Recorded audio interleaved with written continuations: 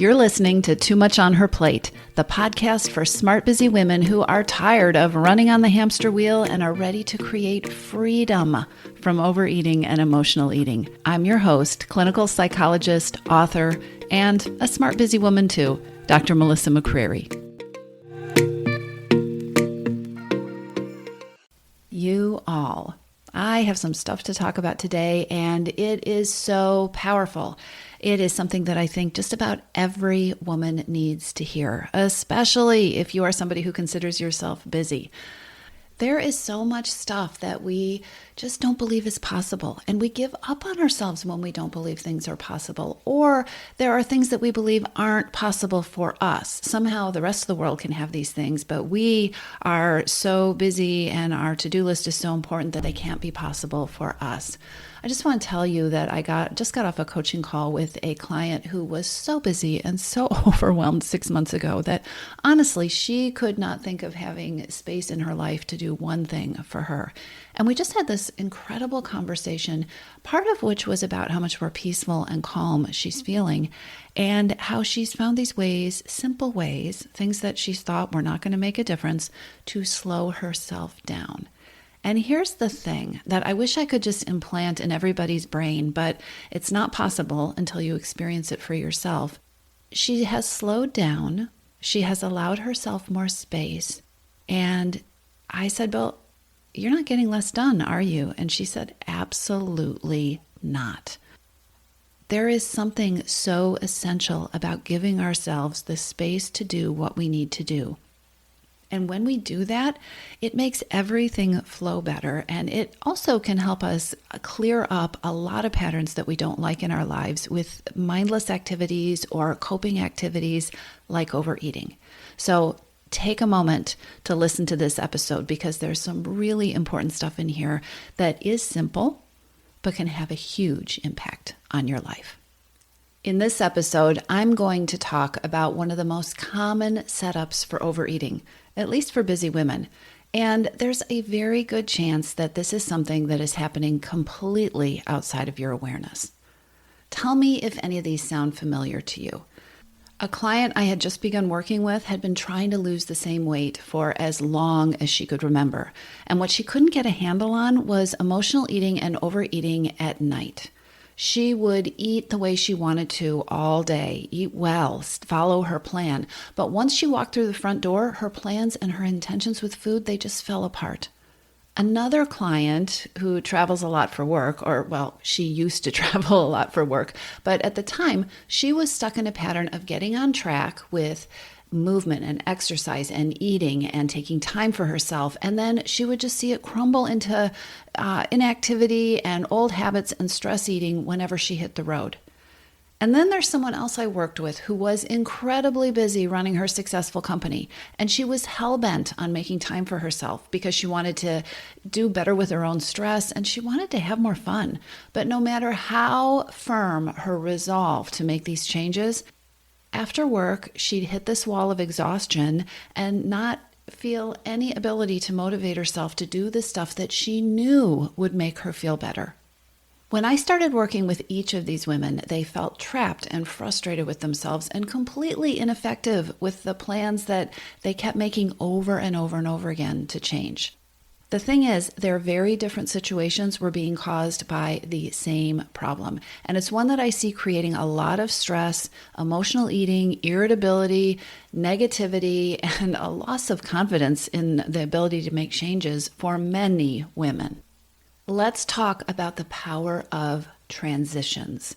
And let's talk about whether you're using eating as a pause button.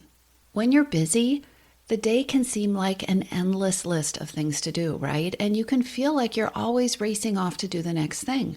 Stress and overwhelm make it worse, and our desire to be productive can lead to doing and more doing. Always moving to the next thing, thinking about a million things at once, checking your email while you're waiting for Zoom to log you into your next meeting, right? Everything is always happening. And when this happens, we tend to ignore the transitions in our life. Well, we don't necessarily ignore them. We just plow right through them. We book ourselves over them, and we never stop going and doing and reacting to the next thing and the next thing and the next thing in front of us. and then we overeat. Members in my Missing Piece program were sharing the places that they are still struggling with overeating, and it started to become clear that each person who had a very different struggle was actually talking about a version of the same thing. Overeating and emotional eating crop up in the space between things when we're in transition. Let me give you a few examples of transitions. Transitions are coming home from work, going on or getting back from vacation. A transition is shifting from the work week to the weekend, or finishing a project or a meeting and then moving on to the next task. You're in transition when you're in the car on the way to the next thing, or when you're at work or working when one meeting is over and it's time to dive into the next project. A big transition is after dinner and before bed, or even looking at your to-do list and not feeling clear about where to start.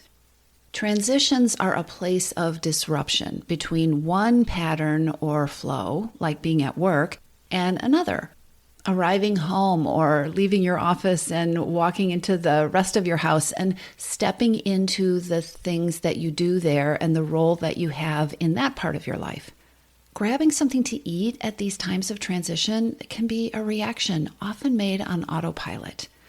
Here's the thing, if you don't manage transitions, you put yourself at a disadvantage, a big disadvantage.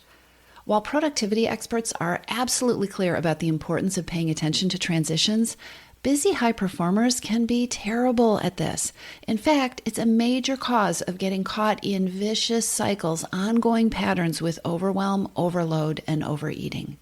Transitions are a place where many smart, busy women grab something to eat mindlessly out of habit as a way of procrastinating the next thing or getting an energy boost or even rewarding yourself while at the same time continuing to forge ahead.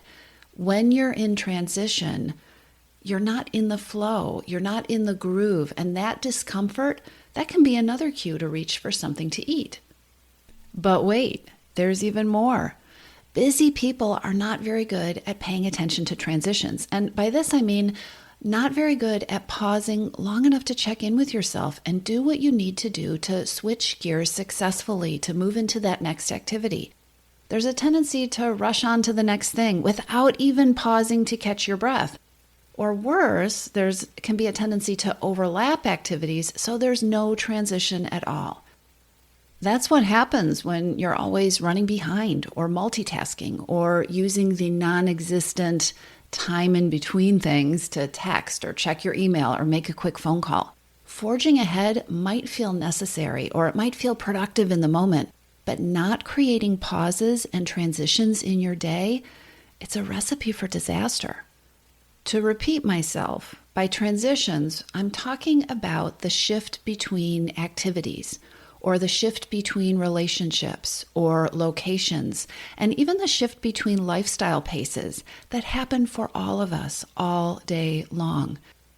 Transitions are challenging, and even the best transition can be a source of stress. Have you ever gone on vacation and realized that your body and your mind took a few days to figure out how to be on vacation? That's you in transition. Transitions work best if we acknowledge them and pay attention to what we need to navigate them successfully. Missing transitions or rushed transitions or even overlapping activities, which are denied transitions, are a recipe for mindless eating and emotional eating, stress eating, even comfort eating. We are ignoring transitions when we expect ourselves to shift seamlessly from one activity or one part of our life to another without even breaking our stride. And this happens a lot for busy working women, busy working moms who might race out of their office to find themselves putting dinner on the table before they've even taken a deep breath or changed their clothes. Have you ever ended work and then slid in the door feeling, off because you're still digesting your crazy day? You're still thinking about where you were and now you are somewhere else? That's you not quite transitioned or not transitioned at all. It's no surprise that evening is often described as the most stressful part of the day, and it's the time when most people overeat. A big reason is the multiple transitions that are happening in a busy household. Work to home, sometimes school to home, professional to head chef and bottle washer, or professional to mom or working really hard all day to, oh, now this is my time to relax, CEO to loving partner, etc., etc., etc. You get it, right?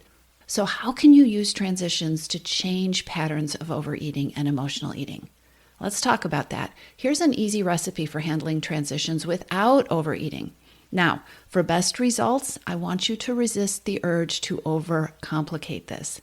Keep it simple. The first thing you want to do is to start noticing and recognizing the transition points in your day and in your life. Now, I'll give you a hint. The chances are pretty good that these are also some of the most challenging points in your day. Once you've identified your transition points, create small ways to pause and get a little bit more centered or check in with yourself before you move on to the next thing. The easiest way to do this is to start creating teeny tiny rituals or habits that you do, things that you do when you are transitioning. So by small, I mean small. Things like getting up and stretching, or go and fill your water glass in between meetings, or take 10 deep breaths when you get home from work. Walk around your office or your house. Change your clothes, wash your face when you get home from work, brew a cup of tea before you start the next thing, or be really decadent and take a 10-minute break. I know. Catch your breath. Ask yourself what you need to be your best in the next segment of your life. Make a list if you have to do that. Pay attention to whether there's residue from the thing that you just left that needs to be put away or dealt with or shaken off. Take the notes you need to take, clean off your desk, put that file away. Do something tangible to signify that you're shifting gears. Like I said, wash your face when you get home from work, change your clothes, put on some music, or take the time to unpack and put away your suitcase when you get home from a trip. And you will be taking trips again. A client shared with me a lovely ritual that she created of stopping to light a candle when she gets home. It's her way of marking the transition. Another client marks the transition into her mealtime by stopping and blessing her food. As you start to recognize the transitions in your life, and as you start to pause and get grounded and check in with yourself, I want you to pay more attention to the role that eating plays during these times. Look for hidden hungers and pay attention to whether you're using the food to feed them. You might amaze yourself with what you discover. And if you don't know what I'm talking about by hidden hungers, make sure you check out episode 1 of the podcast and look in the show notes and find the information about how to take the hidden hungers quiz. Pay attention to your transitions, pause, center, and then move forward. It can be this simple. Now, there's one more thing. If your life is so overbooked that it feels like you barely have transitions, then you're probably guilty of major overlapping. Try giving yourself the grace of padding your schedule with 5 extra minutes between things. I know, on the one hand, that may seem huge, and on the other hand, that may seem like a very little thing. It's funny how our brains work. Everyone needs space in between things. Everyone needs transitions. Now, when you start to give yourself padding in between things, which honestly isn't even padding, it's just the time that human beings need to transition. But if you've been stuck in this pattern, you might have to overcome the discomfort of, quote unquote, having extra time. Or you might have to overcome a temptation to squeeze in just one more thing, right? I have a few extra minutes, I can do that extra thing. When you allow yourself to have the padding, when you allow yourself to acknowledge the human need to have a transition between activities, you'll notice pretty quickly how much better it feels to have that transition time and how you feel more in control with eating and actually with your life. If you want more help with this, and if you want to be part of a group of like-minded women who are making powerful changes with their relationship with food, then check out my free masterclass where you can learn all about my Missing Piece program and get yourself in there. Honoring transitions does not require a lot of time, but doing so can have a huge impact. Take a breath before you move on to the next thing, because guess what? Coming to the end of this episode leads you right into your next transition. I'll see you soon. If you're ready to lose your overeating and emotional eating habits, and you are ready to step into a relationship with food that fits you, one that doesn't rely on willpower and deprivation, then now is the time to join your missing piece. Enrollment is open, and this is the perfect time to join me.